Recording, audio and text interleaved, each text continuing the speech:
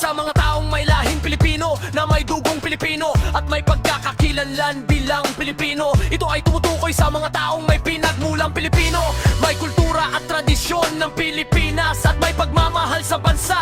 Ang pagiging Pilipino ay hindi lamang tungkol sa lahi o dugong Pilipino, kundi pati na rin sa pagkakakilanlan, kultura at pagmamahal sa bansa. Ang mga taong may lahing Pilipino ngunit hindi nakatira sa Pilipinas ay maaari pa ring ituring na Pilipino basta't may pagkakakilanlan at pagmamahal sa bansa.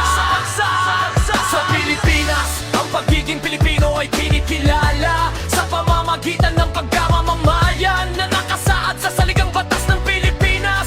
Ayon sa saligang batas, ang mga taong may lahing Pilipino ang mga ipinanganak sa Pilipinas at ang mga naging naturalisadong mamamayan ay itinuturing na Pilipino. Sa huli, ang pagiging Pilipino ay isang pagkakakilanlan na nakabatay sa pagkakapareho ng kultura, tradisyon at pagmamahal sa bansa. Ako isang tunay na Pilipino, Pilipinas ang bayan ko. Sa akong mandirima sa Pinas, kaya wag mo kaming maliitin sa lugar namin. Tunay na Pilipino ako. Ito ang bayan.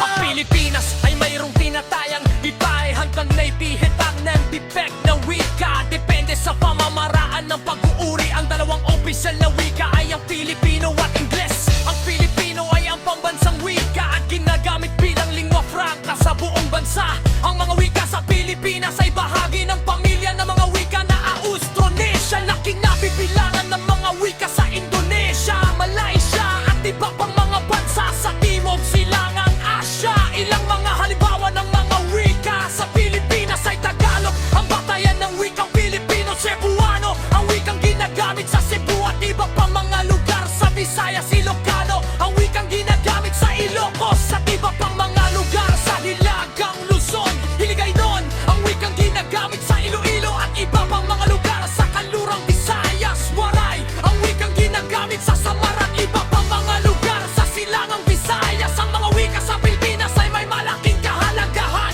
sa kultura at identidad ng mga Pilipino.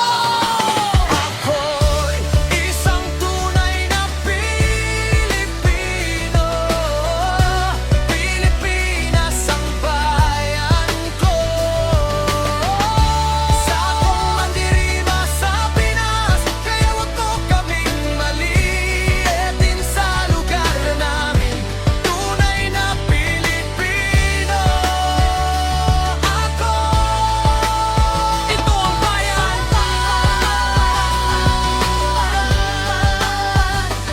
Ang Pilipinas ay mayroong maraming magagandang lugar at tanawin na dapat mong bisitahin. Ilang mga halimbawa ay Boracay, isang isla sa Aklan na kilala sa mga puting buhangin at mga magagandang beach. Palawan, isang lalawigan sa timog kanluran ng Pilipinas na kilala sa mga magagandang isla, beach at mga kuweba. Maynila ang kabesera ng Pilipinas na mayroong mga makasaysayang lugar tulad ng Intramuros at Fort Santiago, Dorcebo, isang lalawigan sa gitnang Visayas na kilala sa mga magagandang beach, mga isla at mga kultura na atraksyon. Jacket Hills, isang grupo ng mga burol sa Bohol na nagiging kayumanggi sa panahon ng tag-init. Mayon, Furbeno, isang aktibong bulkan sa Albay na kilala sa kanyang perpektong hugis ng kono.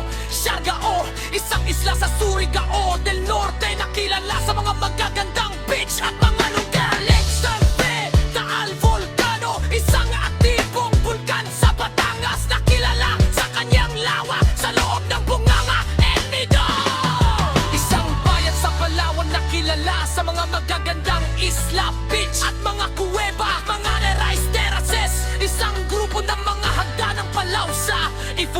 na ginawa ng mga sinaunang